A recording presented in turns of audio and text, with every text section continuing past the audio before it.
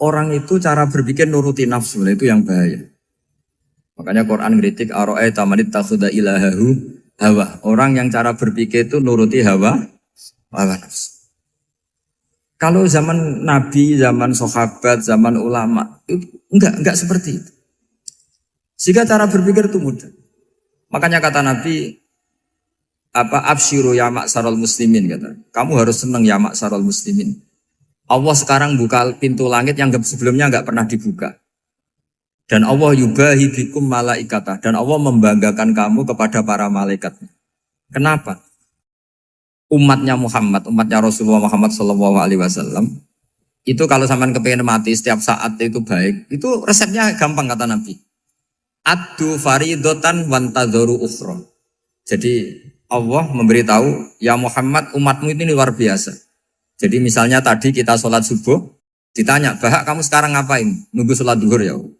Setelah sholat duhur ditanya lagi nunggu apa asar. Sehingga faman kanat hijratuhu ila Allah wa rasulih fa hijratuhu ila Allah.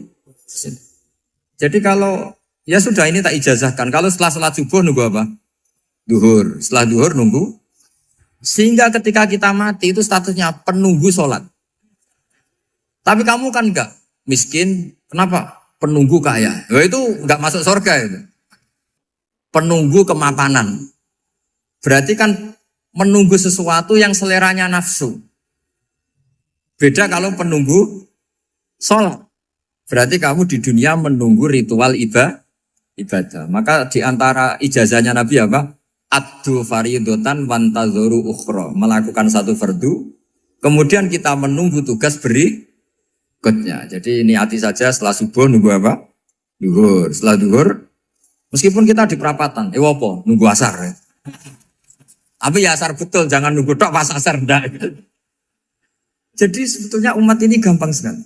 Jadi di antara kebanggaan Allah, yubahi itu Allah bangga dengan malaikatnya adalah umat ini adalah addu faridotan wantadzoru ukhra. Melakukan satu fardu, kemudian menunggu fardu yang lain.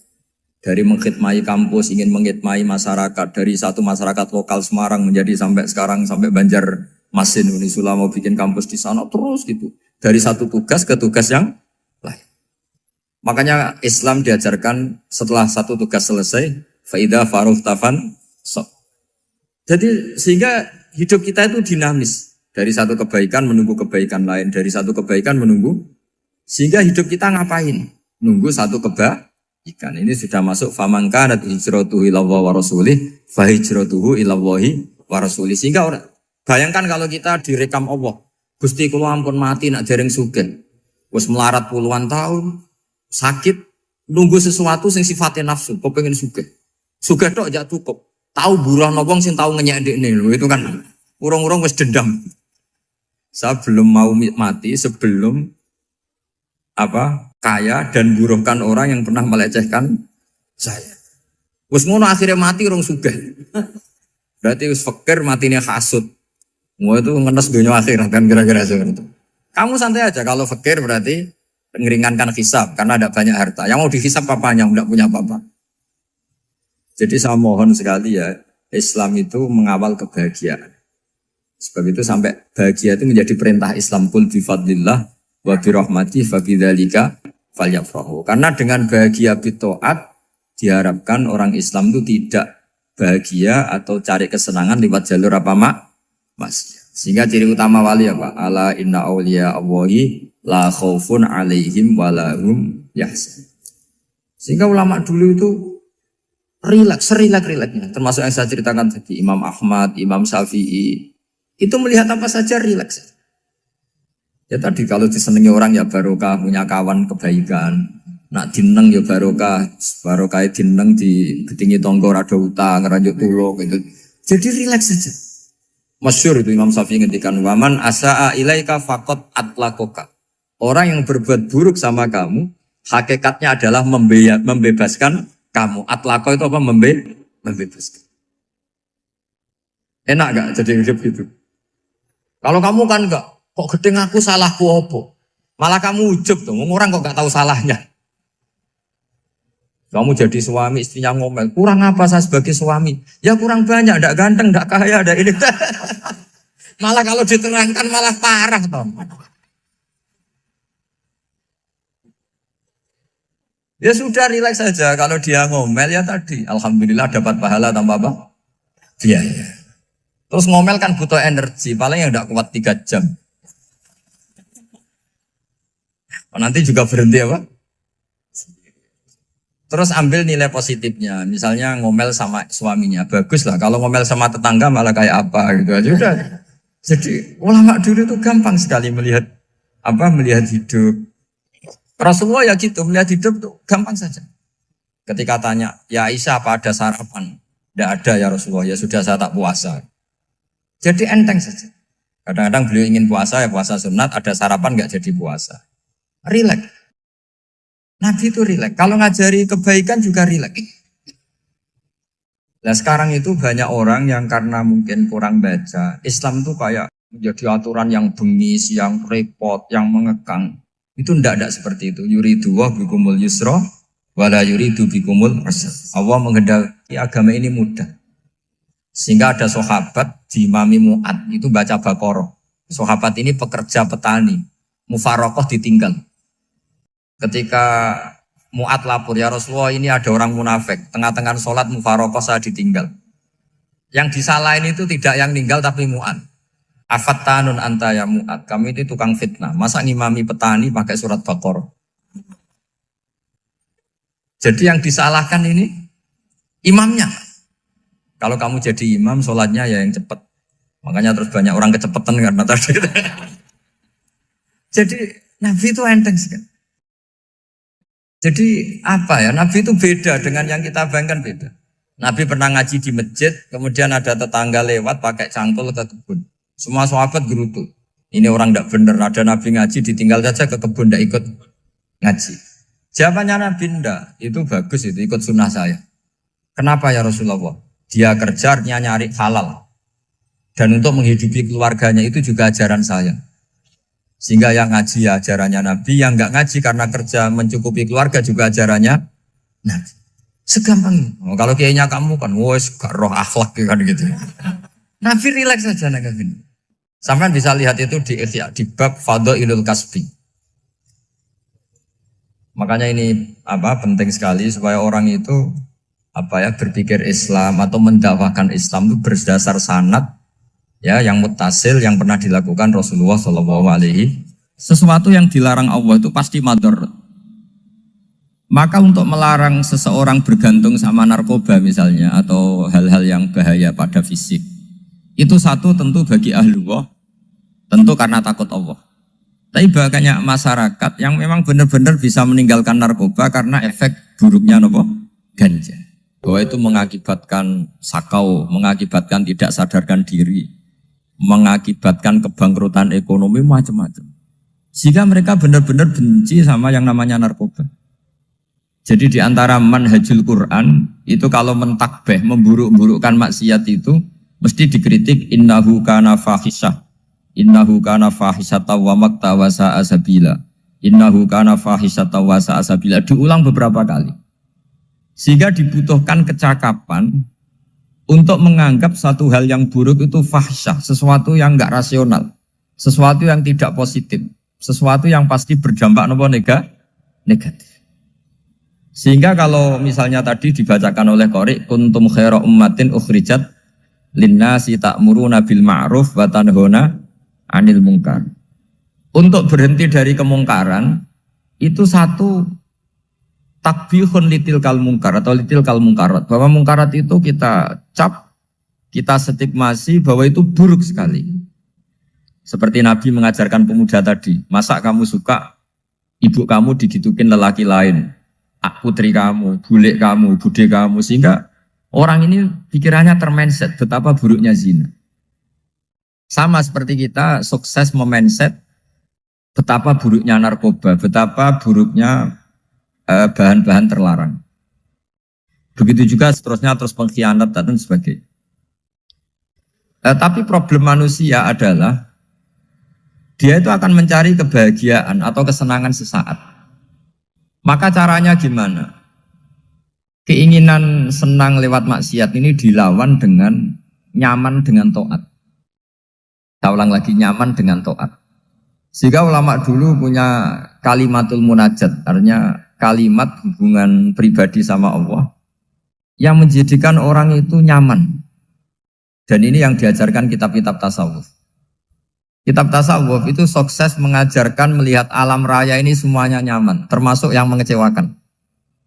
Itu dianggap nyaman. Saya berkali-kali mengajarkan ilmu ini karena ini musalsal ila Rasulillah SAW. Itu pernah suatu saat Imam Ahmad itu dipanggil sama tetangganya, anak muda. Tentu Imam Ahmad ini orang yang sangat soleh, sangat waroi, sangat tunduk sama perintahnya Allah dan Rasul. Pemuda tadi manggil, ya Ahmad, datang ke rumah saya. Imam Ahmad datang. Setelah sampai ke pemuda tadi, sudah pulang lagi, saya tidak butuh kamu. Pulang lagi. Setelah sampai rumah dipanggil lagi, ya Ahmad, datang lagi. Datang lagi. Oh, saya tidak jadi butuh, pulang lagi. Sampai 3 kali. Dan itu perangai ekspresi Imam Ahmad itu atau ulama lain yang sesoleh beliau itu nyaman, indah. Beliau tetap senyum-senyum nyaman. Beliau tidak tersinggung, tidak terprovokasi, tidak, ya pokoknya tidak tersinggung, kelihatan nyaman. Lama-lama pemuda ini terus tanya, ya Ahmad, kamu saya perlakukan seperti ini kok tidak tersinggung? Kamu senyum-senyum saja, happy-happy saja. Jawabnya Imam Ahmad itu unik. Wahai pemuda, saya kamu panggil itu senang sekali. Karena kata Nabi, kalau kamu iman dengan Allah dan Rasul, maka hormatilah tetangga. Jadi saya senang. Karena nuruti perintah Allah untuk menghormati tetangga. Jadi tidak ada urusannya dengan kamu. Kagetnya kayak apa? Jadi dipanggil tetangga ya senang karena melakukan perintahnya Allah dan Rasul, yaitu ikramul jar, fal yukrim jarum.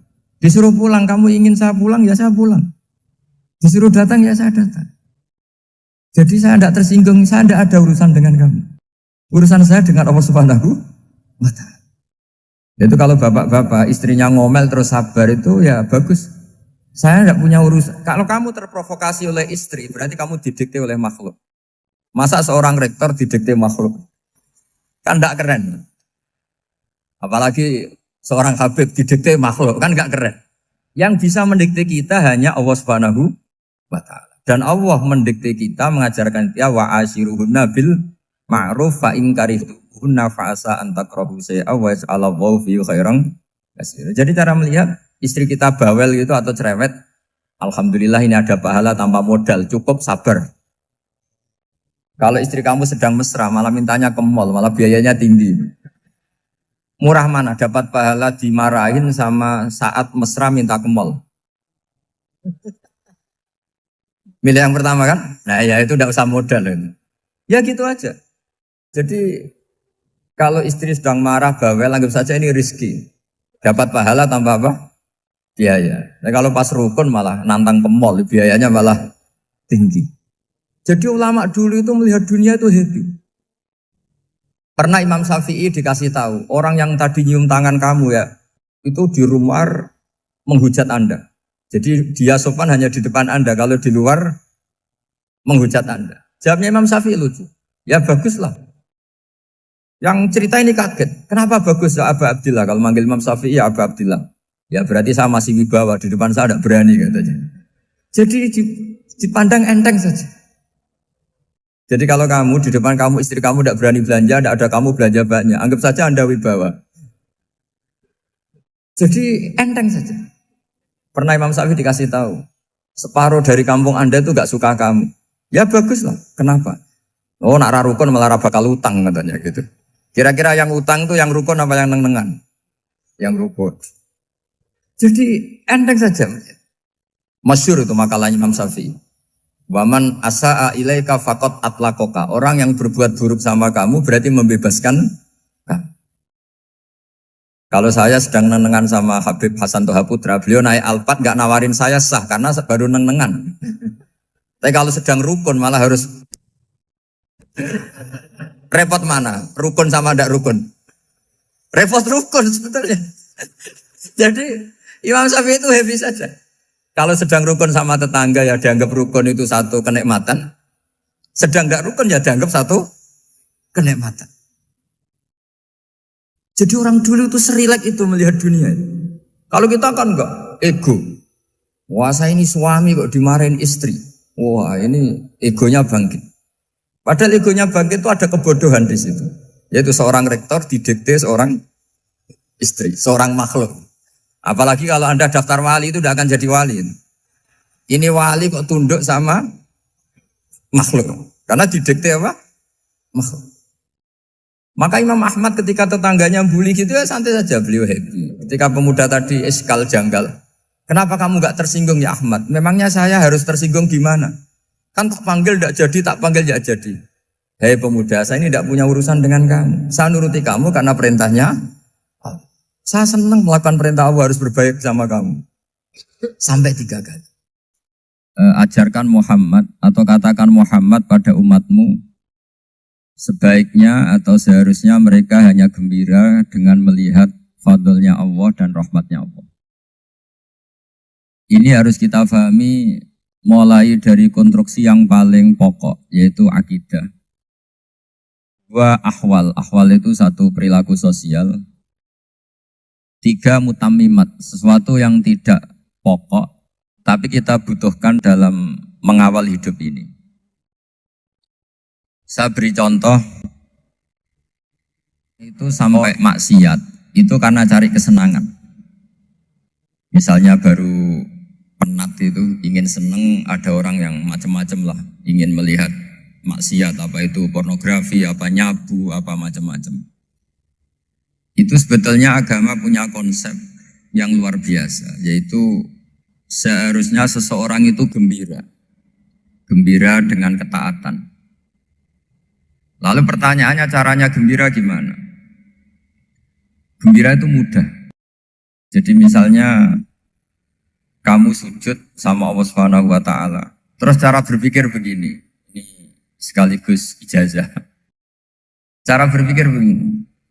Ya Allah, ini kata Sayyidina Ali, kafani izzan an akuna laka abdan wa kafani fakhron an takuna li rabban. Ya Allah, betapa sialnya saya andaikan saya jadi budak dari makhluk yang sama. Misalnya sampean itu seorang kiai atau rektor atau doktor atau orang terpelajar, kemudian kamu jadi budak atau hamba dari makhluk yang setara. Betapa hinanya saya. Maka kata Sayyidina Ali, ya Allah saya ini cukup bahagia, cukup bangga karena jadi budak, jadi hamba dari zat yang super atau yang maha super. Jadi kok Allah Subhanahu wa ta'ala.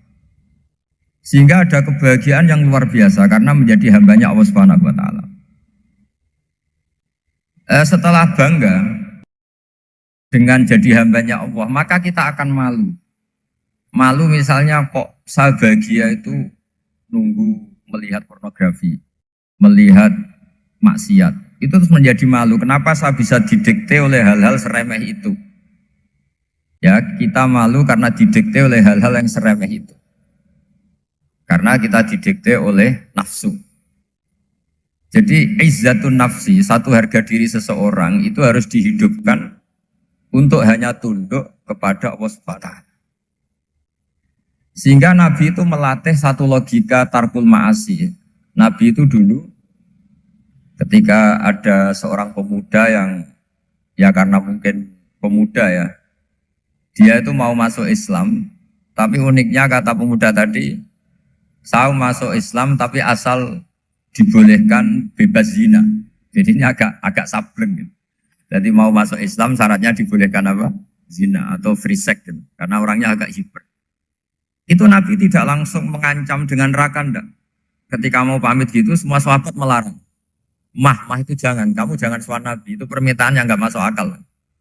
Setelah lama ditahan, terjadi kegaduhan di masjid, Nabi dengar, itu ada apa itu?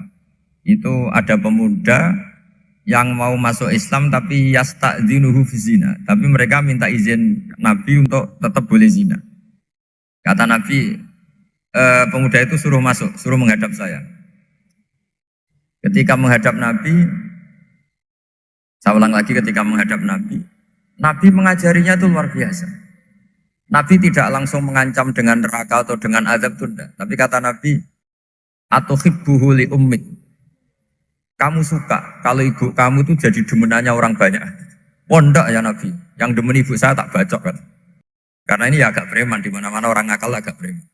Terus atuhibbuhu li bintik. Kamu suka kalau putri kamu ya digitukan orang-orang. Oh ya enggak Nabi, yang gitukan putri saya tak bacok. Atuhibbuhu li kholatik. Kamu suka kalau bule kamu digitukan. Atuhibbuhu li ammatik. Kamu suka kalau saudara bapak kamu digitukan. Nabi itu mengeset ya. Cara sekarang itu otak mungkin. Nabi itu meluruskan otaknya anak muda itu. Betapa buruknya zina.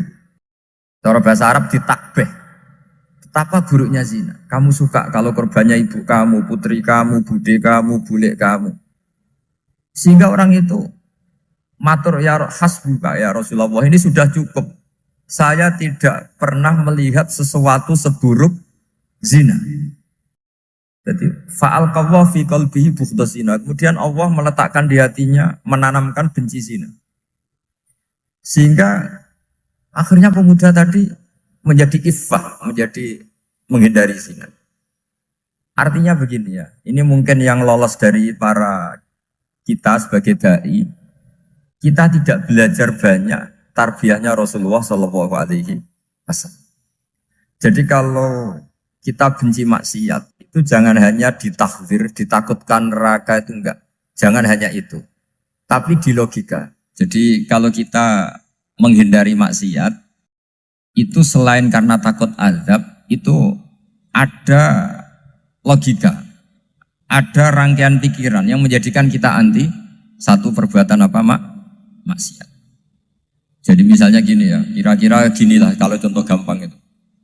Ada orang gitu ya, nyanyi dengan pakaian yang mungkin pornografi gitu. Mungkin pemuda-pemuda ingin melihat itu, tapi bisa diobati gini. Kok enak dekne mergawe kok tak bayar ya, aku kehilangan duit. Meskipun dengan logika yang agak serampangan, yang penting menjadi kita ini punya harga diri untuk tidak tergantung hal-hal seperti itu. Sehingga Nabi itu cara menggambarkan tadi mulai atuhibbuhu li ummik, kalau ibu kamu jadi demenannya orang lain. Pemuda tadi bilang yang demen ibu saya mau saya bunuh. Ditambah lagi atuhibbuhu li bintik. Bagaimana kalau korbannya putri kamu, bule kamu, bude kamu. Sehingga terus si pemuda tadi betapa buruknya zina. Betapa murahnya zina. Akhirnya pemuda tadi alqawwa fi qalbi bughdha zina. Terus kemudian pemuda tadi itu sangat membenci dengan apa? Berzina. Nah, pikiran-pikiran seperti ini harus kita tanamkan. Harus kita tanamkan supaya orang itu benci melakukan maksiat.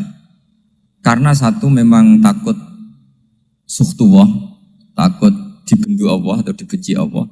Dua memang logika kita mengarahkan tidak maksiat. Saya beri contoh ya betapa pentingnya mindset ya, cara berpikir.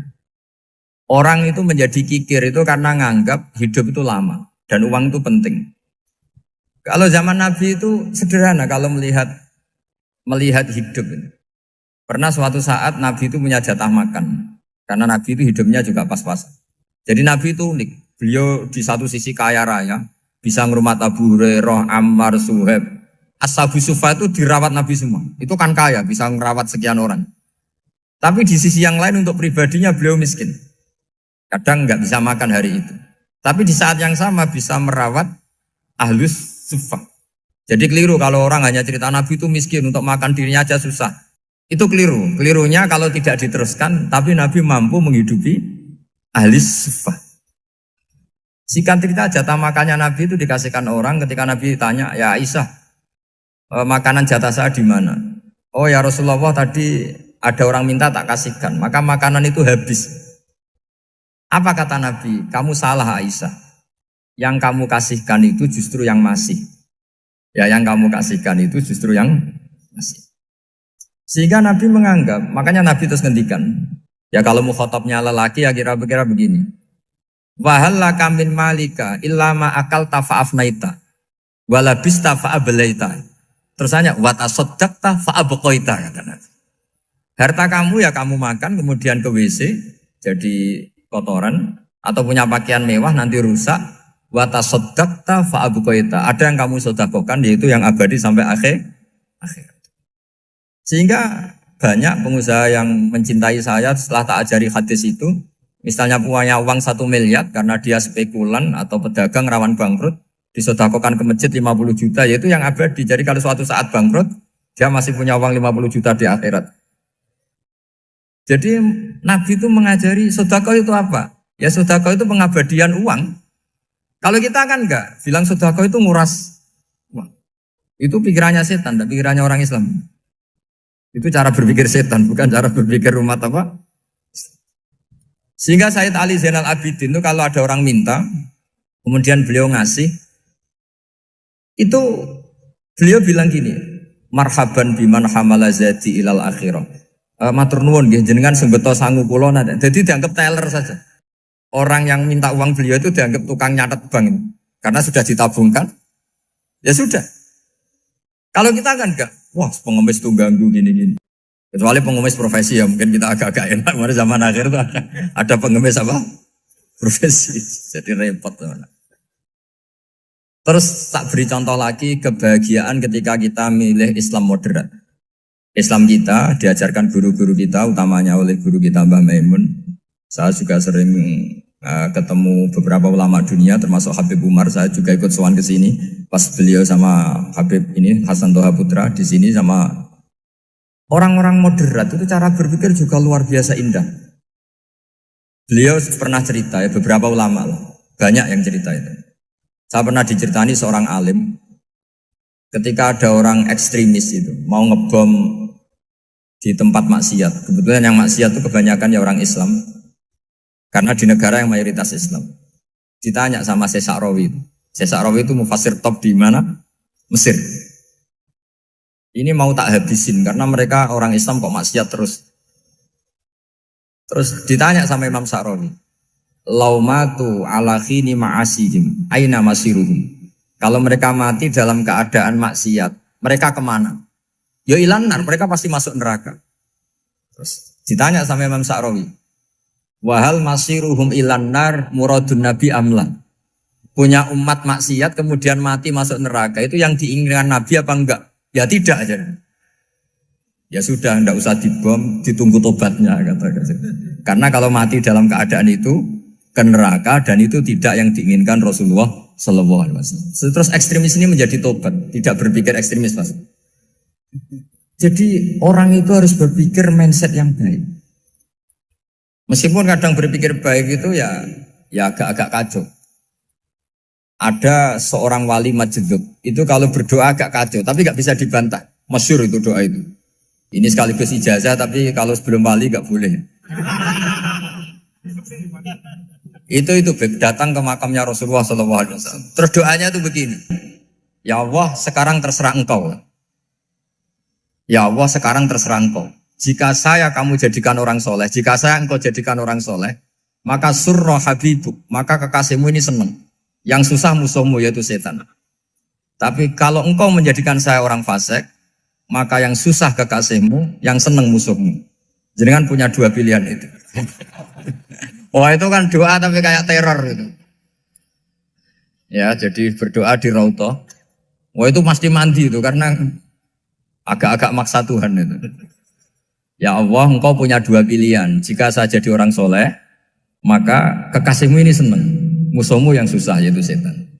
Tapi jika saya jadi orang fasik, maka musuhmu yang senang, kekasihmu yang susah. Mohon terserah jenengan, mau menyenangkan kekasihmu, apa menyenangkan musuhmu gitu. Kira-kira gimana? Kalau tertarik boleh doa itu dipraktekkan. Tapi kayaknya kalau copy paste itu gak keren, apa? Jadi dulu orang itu muamalah sama Allah dan Rasul itu rileks. Rileks itu nyaman karena ya tadi qul bi fadlillah wa bi rahmati fa bidzalika falyafrah. Sehingga Imam Izzuddin bin Abdissalam itu ngendikan innal ladzina yarmunal muhsanatil ghafilat. Di antara kebaikannya ibu-ibu atau mbak-mbak ini harus berstatus ghafilat. Perempuan-perempuan pelupa. Ghafilat itu pelupa. Pelupa dari kenikmatan maksiat sehingga mereka dengan taat. Misalnya ada ibu-ibu atau mbak-mbak atau juga bapak-bapak tahajud, kemudian nyaman dengan tahajud itu. Kira-kira terbersit enggak ingin maksiat? Enggak kan, karena sudah nyaman dengan tahajud, dengan taat. Maka dibutuhkan kenyamanan dalam beribadah. Sebab itu ala bidzikrillahi tatmainnul qulub. Makanya saya termasuk kiai yang setiap ngaji itu happy, seneng. Karena ini untuk kampanye, seneng dengan ngaji, dengan taat itu sudah luar biasa. Kayak apa kalau mereka senengnya kalau nunggu melakukan maksiat. Jadi termasuk bentuk perlawanan kita terhadap maksiat adalah usahakan kamu tuh bahagia, senang dengan taat. Istiqnas billah, mu'anasah billah, farah billah, itmi'nan tumaknina billah. Sehingga ini mencukupkan kita tidak berkebutuhan maksiat. Meskipun kita ya manusia, pasti suatu saat atau sudah pernah maksiat. Serasa diceritakan lah, itu mesti gitu. Lah orang-orang dulu itu orang yang sukses mengelola bahagia ma'allah wa billah walillah. Jika wali-wali dulu itu jadi wali itu tidak mesti karena ibadahnya banyak, itu enggak. Mereka orang yang ibadahnya itu biasa. Biasa-biasa sekali. Ulama-ulama dulu ibadahnya biasa sekali. Tapi qulubuhum ma'allah, hatinya itu ma'allah. Itu ada seorang wali itu jadi wali, Umar bin Abdul Aziz yang dikenal khamisul khulafa. Khamisul khulafa. Di luar khulafa Rasyidin 4, di antara yang soleh adalah siapa? Umar bin Abdul Aziz. Itu ketika mau meninggal, itu senangnya bukan main. Itu semuanya nangis, beliau senang. Terus tanya, kenapa kamu senang? Memangnya saya kalau mati itu kemana aja? Ila khairi madhubin ilah, ke zat terbaik. Dibang urip mbek kowe bulet atau mbek arhamur rahimin kan. Yaitu Allah Subhanahu. Jalaluddin Ar-Rumi ketika mau meninggal itu muridnya nangis semua, beliau marah. Kamu harusnya pesta karena saya mau ketemu kekasih saya, malah kamu tangisi, goblok sekali kamu katanya. Jadi orang-orang dulu itu luar biasa. Karena tadi mereka tidak ingin ketemu Allah itu dianggap problem. Harus sesuatu yang membahagiakan. Makanya wali-wali itu kalau berdoa begini. Wa khairu ayyami yauman alqa fih, dan jadikan hari terbaikku adalah hari ketika saya ketemu engkau ya. Pernah dengar doa itu? Wa khairu ayyami yauman alqa fih, dan hari terbaikku adalah hari saat ketemu engkau. Aman kan enggak? Sampai mati ku wedi. Saya tidak tahu wedi dosa apa wedi Israel apa wedi malaikat siapa? Mungkar nakir. Sebenarnya tidak perlu seperti itu. Karena cara pandang Nabi itu ini bisa dipraktekkan. Kalau kamu orang baik, mati artinya apa? Ya baik. Karena husnul khotimah. Kalau kamu orang yang buruk, itu kata Nabi, anggap saja mati itu akhir dari keburukan kamu. Nak kowe urip terus, malah maksiat terus. Maka Nabi itu kalau ngajari kita berdoa gini, Allah maj'alil hayata ziyadatan li fi kulli khairin wal mauta rohatan li min kulli syarri. Ya Allah, kalau saya hidup, ya anggap saja ziyadah fi kulli khairin, berpotensi nambahi kebaikan. Kalau saya mati, anggap saja ini akhir dari segala keburukan.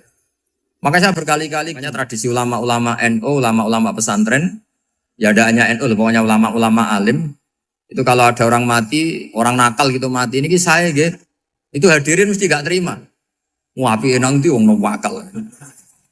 Tapi dipaksa sama kiainya, saya gitu. Lama-lama dipaksa. Saya gitu. Padahal yang hatinya kiai, wis ra iso maksiat meneh, wis saya gitu.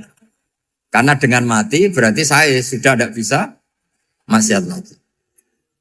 Jadi Nabi melihat hidup dan mati itu segampang itu. Kalau al-hayata ziyadatan li fi kulli khairin wal mauta rohatan li min kulli syarr. Coba kita ke depan itu kan ada potensi zina, potensi korupsi, potensi maksiat. Yang bisa menghentikan potensi itu apa coba? Mati ya, udah pinter ya. Sudah maju berarti. Berani mati? Berani. Tapi jangan di sini ngel-ngelo panitia.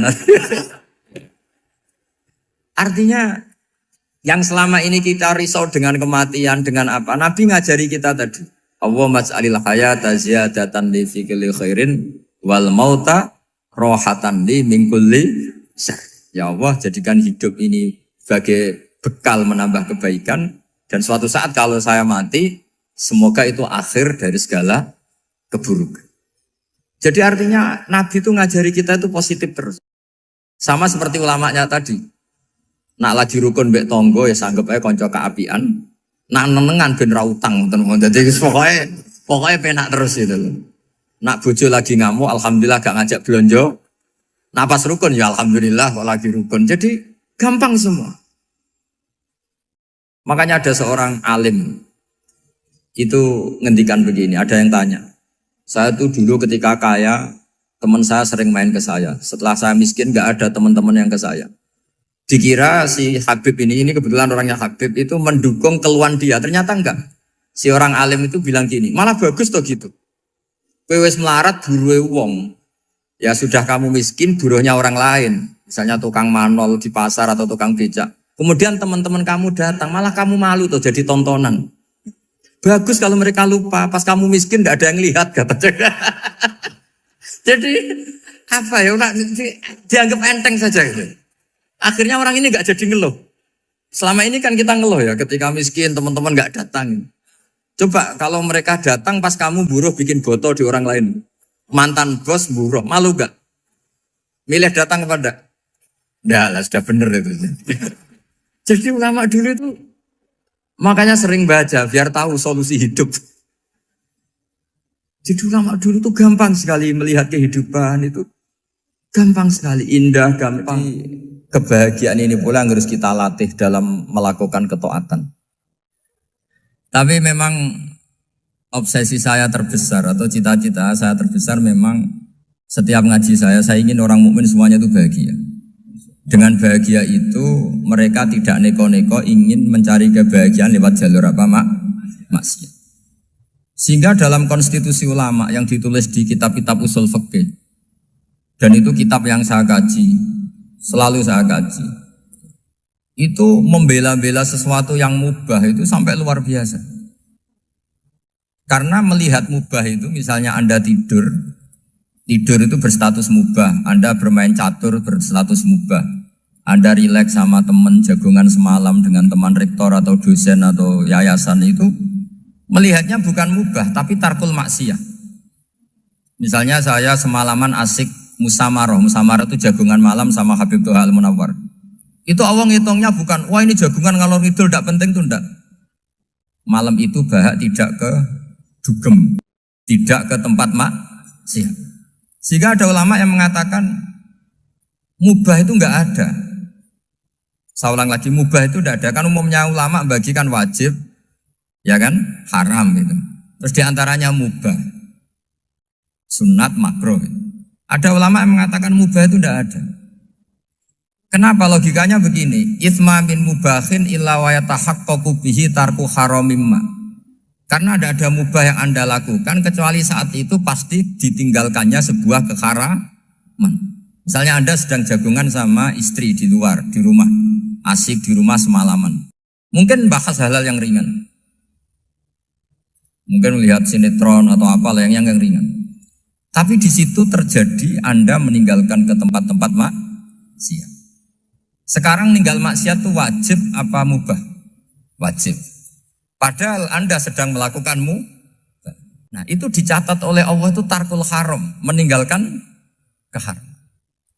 Jika masyhur dalam cerita wali-wali itu, Abu Yazid yang seperti itu ibadahnya pernah tanya, ya Allah lalu yang makomnya orang seperti saya siapa? Karena beliau semalaman ibadah terus. Sama Allah dijawab, ya yang tidur di pinggir kamu itu. Abu Yazid, lu kok bisa ya Allah? Dia kan tidur terus.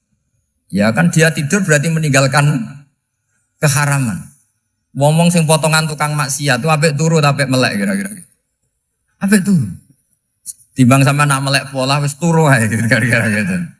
Jadi gak usah dipaksa tahajud, dipaksa qiyamul lail itu. Iya kalau qiyamul lail. Kalau dapat informasi, kesini ikut saya, terus katut kan repot. Jadi perlawanan terhadap maksiat itu sebetulnya gampang dalam Islam. Karena tadi, gak ada sesuatu yang mubah kecuali saat dilakukan berakibat meninggalkan keharaman. Mudah sekali. Jika banyak orang jadi wali itu karena melakukan mubah. Itu ada orang jadi wali itu karena sering makan. Ya makan-makan biasa itu. Karena ketika makan, ya Allah, betapa doifnya saya. Katanya saya presiden, katanya saya rektor, saya kiai. Ternyata kalau nggak makan tuh lemes.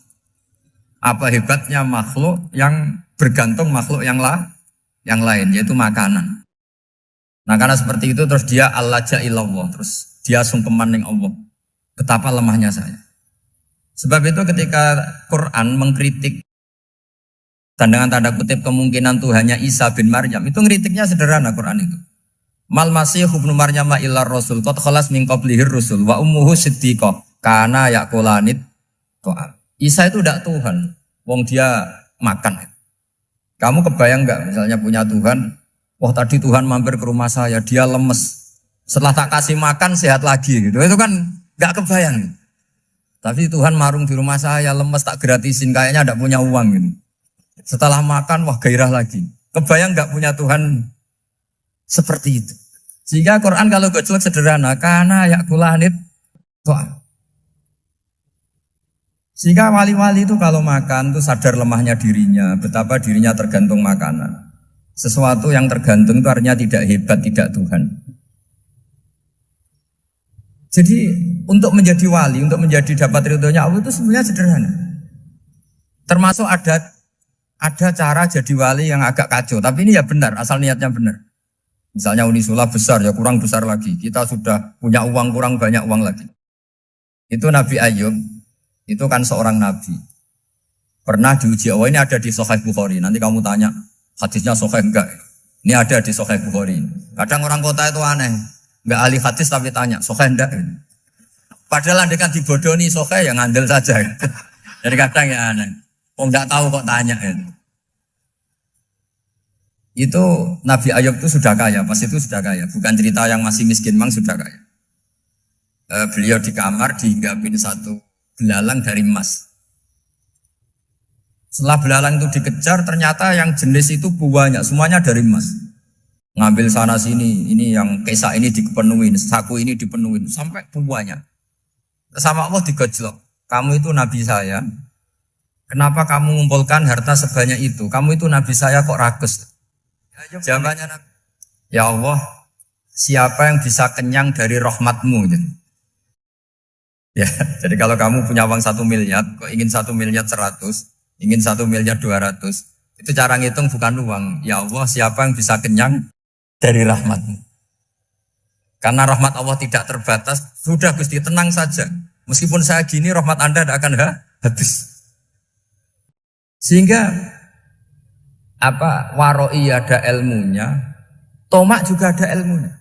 Termasuk ragus itu juga ada ilmunya. Misalnya begini, ini contoh rakus yang ada ilmunya begini. Ini saya beri contoh. Mungkin yang boleh niru orang-orang soleh, kalau nggak soleh jangan. Imam Syafi'i ini cerita nyata. Imam Syafi'i itu dulu ketika ngaji masih muda itu nggak suka sama guru yang kaya. Kebetulan dia punya guru miskin terus. Namanya Sufyan As-Tsauri, itu miskinnya Masya Allah. Sufyan bin Uyainah juga miskin. Jadi dia miskin punya guru miskin terus. Sehingga idolanya ya sama guru-guru yang miskin. Suatu saat guru-guru ini menyarankan dia ngaji Imam Malik. Imam Malik itu kaya raya. Itu babutnya Imam Malik kalau diinjak itu mata kakinya tidak kelihatan saking halusnya. Kalah Indonesia kalah. Itu Imam Malik tuh gaya. Kalau ngaji di kursi tinggi terus pakai bukhur itu, pakai jubah Arab yang mahal. Pokoknya mewah kali Imam Malik. Terus dia mulai ini kiai kok kaya. Kemudian setelah beliau alim tanya, saya harus ngaji siapa setelah ilmu jenengan habis kira-kira gitu. Kata Imam Malik, sudah kamu tidak usah perlu ngaji saya, kamu sudah alim alama. Terus Imam Malik datang ke Baki. Zaman itu Baki itu semacam kayak rentalan ya, semacam Grab lah kalau dulu. Mana kafilah yang mau ke Irak? Ya sudah terus, oh kita mau ke Irak. Ini antar ke Muhammad bin Hasan As-Syaibani. Itu dibiayai sama Imam Malik. Grabnya ya dibayarin, itu kafilahnya itu ya dibayarin. Imam Syafi'i disangoni surrotan min dhahabin. Jadi satu kepes uang dikasihkan. Itu pernah tak hitung semurah-murahnya itu sekitar 60 juta. Imam Syafi'i mulai mikir, kiai yang saya kritik lomo, sing kiai miskin tak puji, gak pernah ngamal kan, tentu orang miskin. Setelah datang ke Muhammad bin Hasan As-Syaibani, beliau itu pakar usul fikih, muridnya Abu Hanifah. Beliau al-usuli, pakar usul fikih. Itu Muhammad bin Hasan As-Syaibani itu kalau ngitung emas, itu di ruang tamu. Uangnya miliaran, emasnya banyak. Dari kota ini dipindah ke kota ini. Mas, kalau ngitung di ruang tamu. Bukan di kamar, di ruang tamu. Imam Syafi'i tambah kaget. Imam Malik kayak gitu sudah soal malah ini kaya raya. Setelah Imam Syafi'i kelihatan kaget, digojlok sama Muhammad bin Hasan Asyibani karena beliau senior. Atajabu min hadza, kamu aneh melihat ini? Iya. Kenapa? Ulama kok kaya raya. Terus kata Muhammad bin Hasan, ya sudah, uang ini tak kasihkan orang-orang fasik, binti gue demenan, gue nyabu, gue macam-macam. Oh jangan, nanti dipakai maksiat. Pun jenengan mawon sing sugih. Semenjak itu Imam Syafi'i rubah mindset. Jadi kalau kampus ini ingin akreditasi A, ingin mulia, ingin apa, kamu ridho kalau yang punya prestasi seperti itu adalah orang-orang fasik. Ridho enggak? Enggak kan? Maka didoakan ini. Nah itu namanya berpikir secara usuli. Kamu jangan hanya nuruti karena berpikir waroi terus kamu benci kekayaan. Tidak bisa seperti itu. Karena pangkat dan kekayaan ketika dikelola secara kesolehan maka akan menjadi energi positif yang luar biasa. Semenjak itu Muhammad bin Hasan Asyibani berhasil mendidik Imam Syafi'i. Sampai akhirnya keterusan Imam Syafi'i berpendapat kalau orang Islam bisa bikin rumah tingkat kok punya rumah reot itu haram. Akhirnya keterusan. Kalau bisa jadi bupati kok jadi ketua RT juga haram. Karena al-Islam ya'lu wala yu'la alaih. Islam itu luhur bukan bisa diluhurin. Sehingga rata-rata orang Syafi'iyah termasuk kiai-kiai Indonesia itu rata-rata ya agak-agak politikus. Ya agak-agak kedonyan, mungkin sebagian kedonyan tenan gitu. Karena gak ridho gitu loh. Kalau kesempatan itu dikuasai orang fasik kemudian menjadi kekuatan maksi. Coba kalau bupati itu orang yang fasik. Kemudian programnya supaya rakyat seneng semalaman dangdutan yang purno misalnya. Supaya rakyat seneng dibolehkan dugem, dibolehkan judi. Tapi kalau yang jabat orang soleh kan ada beberapa perda yang menolak penyakit apa? Masyarakat. Jadi kamu jangan melihat bahwa kepangkatan ini hanya sebagai alat korupsi, alat otoriter. Enggak. Asal kena orang soleh, maka ini menjadi energi kesolehan atau energi positif. Sebab itu ketika Allah muji para nabi yang soleh, diantaranya disifati apa? Faqad ataina ala Ibrahim al-kitab wal hikmata, terusannya wa atainahum mulkan azim. Dan Nabi Ibrahim dan keluarganya tak kasih kerajaan yang besar. Nah sekarang masih banyak orang yang cara pandang ngapain bikin unisula yang megah, ngapain berambisi punya akreditasi A dan sebagainya. Menyoal seperti itu salah secara usul fikih. Karena secara usul fikih kesempatan yang baik tentu harus diperjuangkan oleh orang-orang yang soleh. Karena ini supaya jadi otoritas yang positif. Itu dulu ada latihannya. Jadi orang dulu itu gampang sekali ketika milih miskin ditanya, kenapa miskin? Saya ingin hisab saya ringan. Tapi ketika mereka kaya, yang soleh, supaya harta ini tidak dipakai orang yang nanti dipakai maksiat. Kita misalnya orang soleh mau pangkat, karena kita ada ridho, kepangkatan itu dipegang orang maksiat, kemudian menjadi energi maksiat. Begitu juga seterusnya. Maka ulama dulu itu rileks. Sampai Senawawi Al-Bantani itu nanti bisa dicek di tafsir. Qul hal yastawil ladzina ya'lamuna wal ladzina la ya'lamun. Beliau muji-muji ulama. Kemudian ada seorang yang agak hasut mungkin. Tanya begini. Hebatnya ulama itu begini-begini. Terus ditanya, tapi kenapa kita sering melihat ulama ngantri proposal di rumahnya bupati kan? Sementara bupati nggak pernah datang ke ulama ngaji ihya. Jawabannya Imam Senawawi itu unik. Ya karena ulama itu tahu gunanya uang, sehingga nyari uang untuk pondok, untuk masjid. Sementara bupatinya tidak tahu gunanya ilmu, maka tidak pernah ngaji. Jadi ya ringan saja. Jadi ya sudah seperti itu. Jadi kalau ada ulama kedonyan, anggap saja karena tahu gunanya uang. Jadi kenapa ulama ngantri di kabupaten, bukan bupati ngantri di ulama? Jawabannya karena ulama tahu gunanya uang. Sementara bupatinya nggak tahu gunanya ilmu. Kira-kira gitu lah. Ada ustadz tidak ganteng, kesensem rondo cantik. Karena tahu gunanya ustadz itu. Artinya tahu gunanya kalau saya nikah nanti punya anak jadi gus. Kan dia kiai gitu. Tapi rondone raro gunanya dia karena miskin gitu. Jadi ulama dulu itu rileks. Rileks menafsirkan apa saja itu rileks, termasuk saat terpojok. Itu rileks. Karena semuanya dianalisis pakai ilmu. Sehingga ciri utama wali itu apa? Ala inna awliya Allahi la khaufun alaihim walahum yahzanun. Enggak ada rasa takut, enggak ada rasa gampang. Karena melihat sesuatu itu gampang saja. Saya ulang lagi, melihat sesuatu itu gampang saja, ringan. Semoga barokah. Assalamualaikum warahmatullahi wabarakatuh.